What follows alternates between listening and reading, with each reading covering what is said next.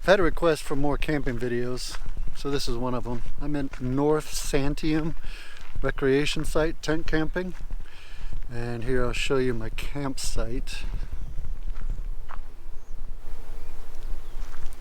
So that is a north face 4 or 6 man, I think six man tent. 4. Realistically it's only 2. And there's a Kelty tarp over top of it. Not my best work. This is a new tarp for us. We had an old Kelty that just over time the waterproofing has broken down, and so we decided to use it for just a sun tarp, and this one's the waterproof tarp. It did a really good job last night keeping me dry. I don't know if you can see along there the dry patch around the tent. There was some runoff right here. I could hear all night. My head is at this end and my feet are at that end. And I could hear the water draining off of here. It would collect, I think, up here at this bit for a bit, and then it would just drain down and you could hear it splash. It rained until probably 3 o'clock this morning. It sounded nice on the tarp. I slept very well. I'm not sure that I'm a big fan of this campsite for a couple of reasons. Number one, it's walk up only. Number two, you can see there's not a lot of cover to get up under. I like to get the tent under some trees to help protect from the rain. But one upside to being out here in the rain is that I believe I'm the only one in the entire campground. So this is the parking lot, and over there the RV is the host. This is it's technically a state campground, but it's run by Marion County right now. Evidently there was some sort of change of hands when I went to the website. It's a Oregon.gov website, but it says on the website that it's state or Marion County run. So now we're going to do some coffee. This is my tailgate set up because it's rainy out. I'm not going to set up over on the picnic table. So you can see we're just going to use a good old jet boil and the hand grinder and AeroPress. Oh, and by the way, let's get in on this. We have these stickers for sale on the website for $2. They're really good water bottle stickers. They're the logo that we call Oscar, OSC, for Oil Slick Coffee. And they're kind of cool on bottles. They're not vinyl, so I wouldn't put them on a bumper or anything like that. They might last, I don't know. They were just a first run to see how they go, so if you like them, give it a go. You can also see some tent gear. This is how we roll when we camp. Just put everything in these big bins, load it in the truck, and get her done. Alright, let's brew some coffee.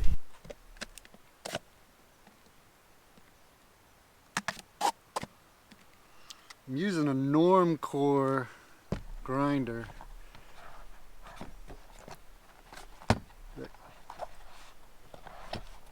It's just this little hand grinder. It's metal and it has this nice gripper. I use this to grip, so I put this bit up against the heel of my hand when I'm grinding, and it helps steady it. And then you get all the grinds down into this little lower chamber. I don't have any scales with me, so what I do is beforehand I weigh the coffee in the grinder, like at the house, before I leave.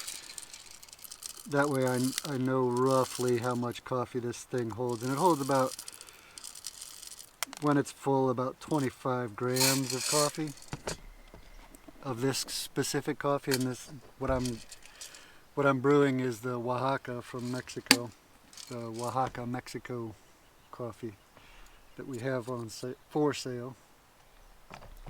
And it's a really good coffee. I call it the chocolate bomb.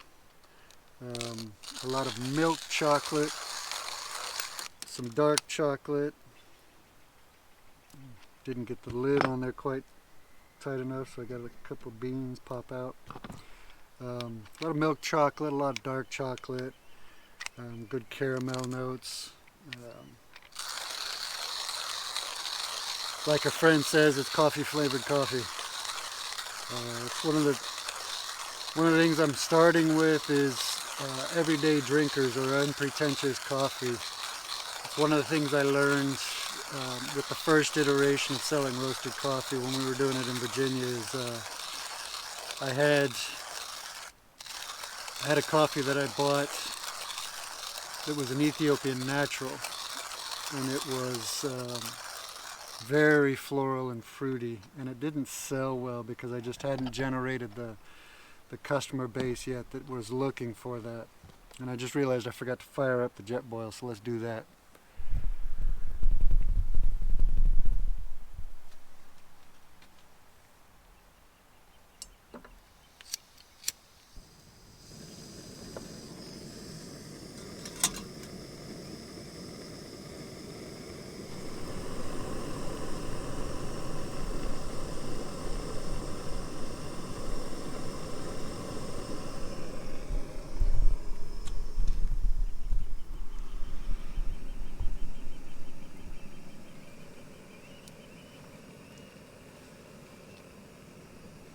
I already brewed one cup because I couldn't do all of this first thing in the morning, film and brew.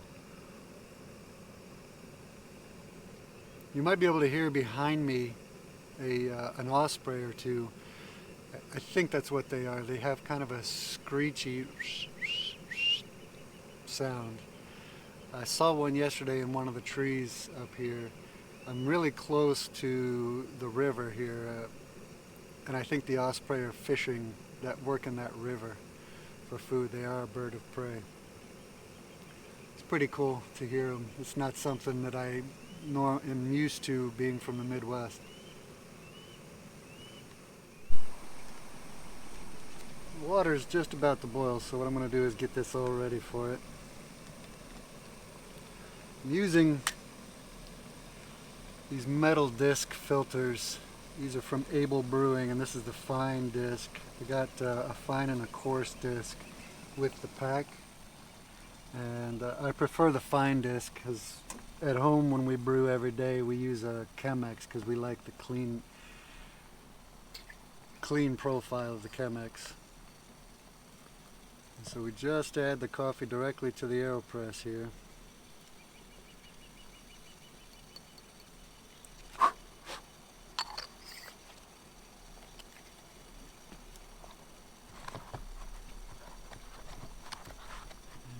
Put everything back where I got it.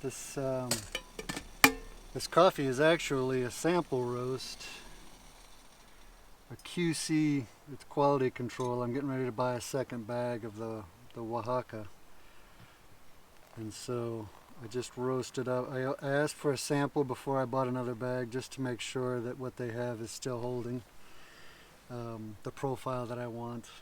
It's still current crop. I wasn't expecting any surprises, but I wanted to check to make sure. The really useful thing about being in Portland is not only do I have access to a shared roaster, I roast at Buckman's Coffee Factory, downtown Portland, but also I'm a 3-hour drive from the green room, which is up near just outside of Seattle. And the green room is a coffee warehouse. So I got a list of the vendors from the green room, and then I can reach out to those vendors that store coffee there, and I can buy from those green distributors. I have one, what I would consider direct trade, but it's kind of cheating. The El Salvador Bourbon is a direct trade. Emilio went to school here in Portland, and he has an office here, and so I worked with him. I reached out to him. That was the first coffee that I bought when we moved here to Portland. So that would be considered direct trade, but he's a state level. He wouldn't be considered a smallholder by any stretch of the imagination. But it's still nice to be able to work direct, and they do a lot of work with smallholders.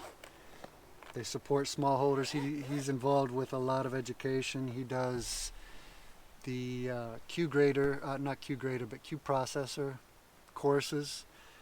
And when I took the course the first time there at his place in El Salvador, there were other local farmers there. It was pretty cool. In fact, they break you up into teams for that class, and on my team was one of the farmers from El Salvador. And it was really cool to work with him and be able to chat with him the whole time.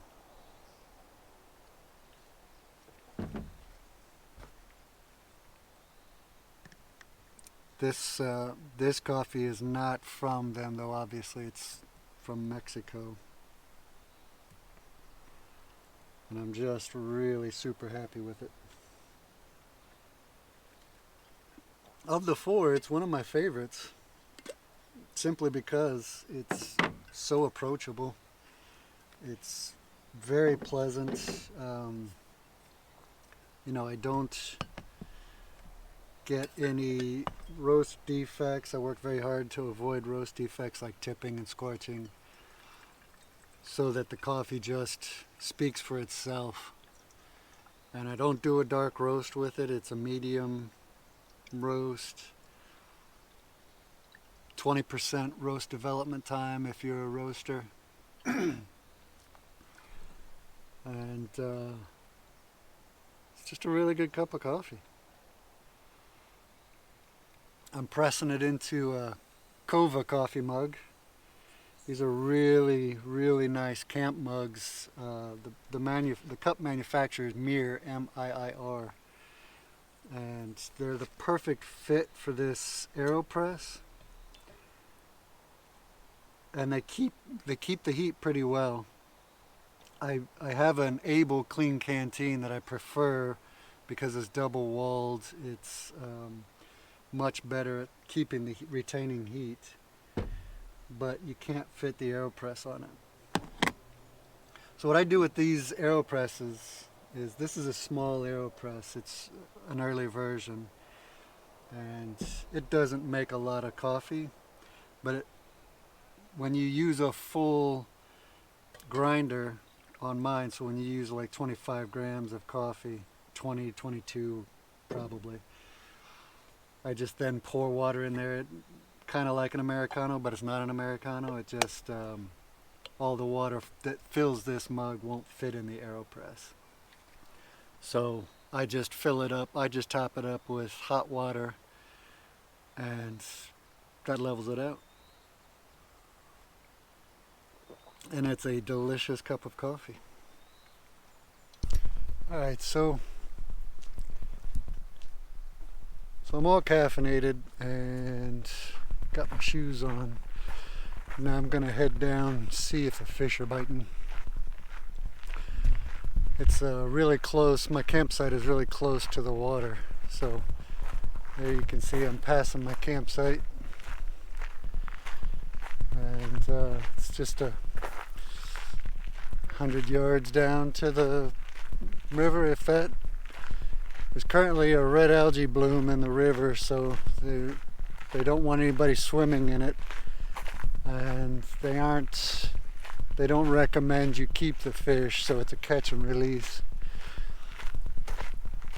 I did a couple casts last night just to see how things were doing, and I caught one small trout. So we're going to see what happens this morning. I'm using a kit rod that I bought from Walmart. I got this one simply because it is telescopic, so it shrinks down to a small enough package that I can throw in my backpack. And I plan on doing a backpack trip next month, just a couple of weeks actually. And where I'm backpacking is near a stocked lake, and they stock it with rainbow trout. So I'm gonna pack this rod in. My neighbor actually loaned me some of his lures, and what's really cool is he said that the tackle box he uses he got when he was 10 years old, and he's about to turn 80. So some of the lures he said were from 1950, so that'll be fun to fish with some of his old lures. So I'm already at the river. You can probably hear it. I'll give you a peek here. Right over there is where I had luck last evening. I just cast upriver into the white moving water and then let the lure drift downriver as I was reeling it in slowly, gave it some action, and that was relatively successful. I saw a couple jumping around yesterday, so we'll see what I can do this morning.